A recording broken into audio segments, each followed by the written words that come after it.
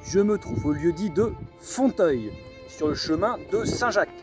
Je me suis arrêté pour vous faire découvrir un donativo magnifique. Alors un donativo, pour un pèlerin qui fait du sauvage, qui dort dans la nature, bah, c'est l'endroit super. En fait, tu as un abri, tu as de l'eau, tu as des toilettes sèches, et tu peux passer une magnifique nuit dans des endroits comme ça.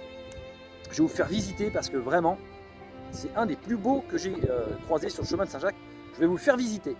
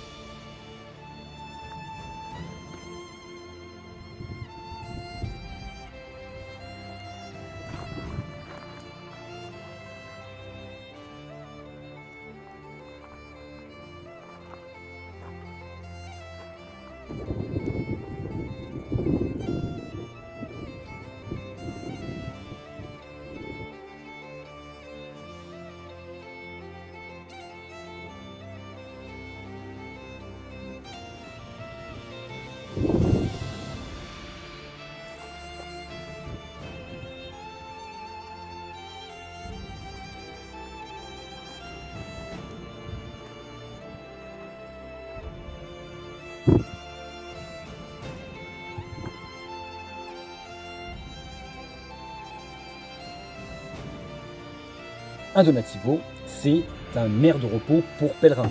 En général, on y trouve des tables de pique-nique, de quoi se désaltérer. On y trouve des toilettes sèches, des abris, si on veut y passer la nuit. Il y a des donativos qui appartiennent à des particuliers et d'autres à des communes. Celui-ci, c'est un particulier qui s'en occupe, qui l'entretient et qui l'a fait. Et comme tout donativo, en fait, il y a une petite tirelire participative où on n'est pas obligé de mettre quelque chose, mais évidemment que si on dort la nuit ici, on utilise aussi les poubelles, les toilettes sèches et qu'on prend un petit café, bah, l'intérêt du donativo, c'est de trouver la tirelire et de mettre ce qu'on veut dedans. Voici monsieur Réveyrol Jean-Claude. Il est là. C'est à lui qu'appartient ce donativo, c'est lui qui l'entretient. Après, dans le donativo, on peut trouver plein d'informations utiles, notamment tout ce qui est restauration, gîte, hôtel, tout ce qu'il faut pour le pèlerin. Je vous rappelle que lors de mes précédentes vidéos, je me suis arrêté à Golignac. J'ai encore à peu près 2 étapes pour arriver dans ce donativo, parce que je compte le reprendre le chemin.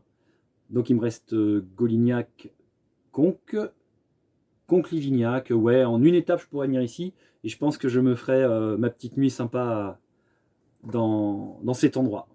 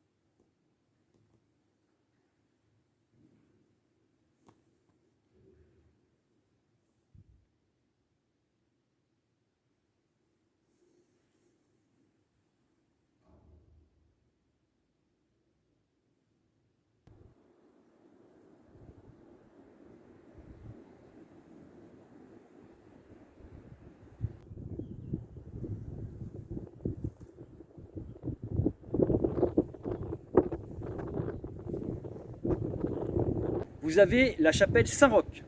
C'est un autre lieu où on peut aussi pique-niquer, se reposer. Et sachant que pour un pèlerin qui fait du bivouac, la chapelle Saint-Roch reste ouverte même la nuit. Elle ne ferme jamais. Donc par intempérie, on peut tout à fait se protéger à l'intérieur. Ou alors, vous avez cette magnifique place d'herbe pour planter votre tente. Avec les toilettes sèches ici, bien entendu.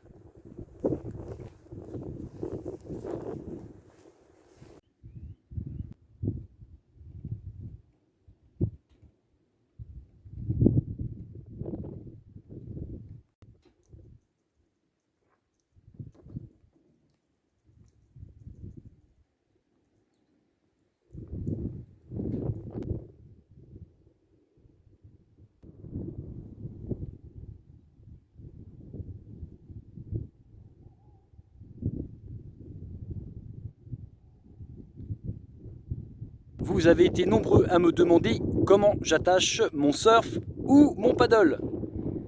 Je vais vous montrer mon astuce. Pour commencer, j'ai boulonné des boucles au niveau de la galerie de toit. Ensuite, j'ai mis ces barres avec des boucles coulissantes.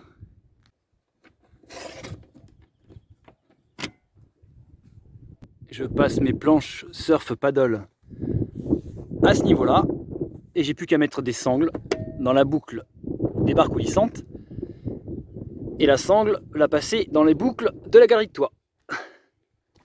Et mon paddle est bien arrimé.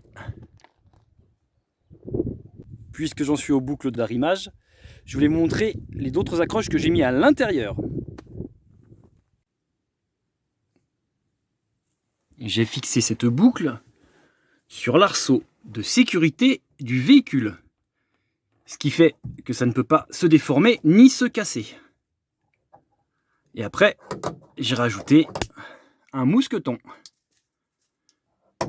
Et j'ai fait de même à l'avant du véhicule.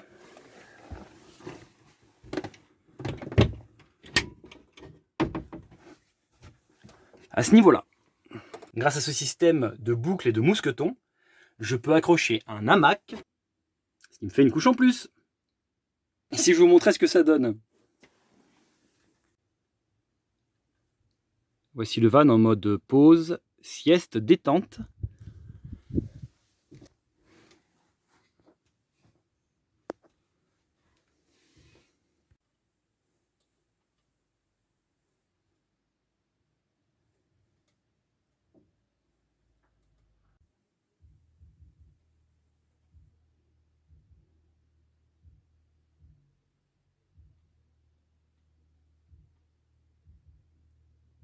Grâce à ce hamac, j'obtiens un troisième couchage.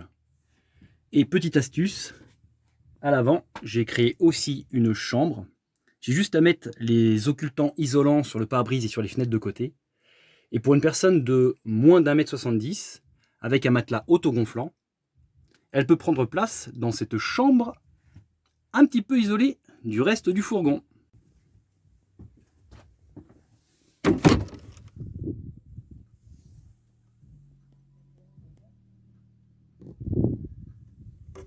J'espère que la visite des lieux et la visite de mon camping-car vous a plu. La prochaine fois, je vous montrerai la vie à bord, mes astuces au niveau énergie. Allez, à très vite!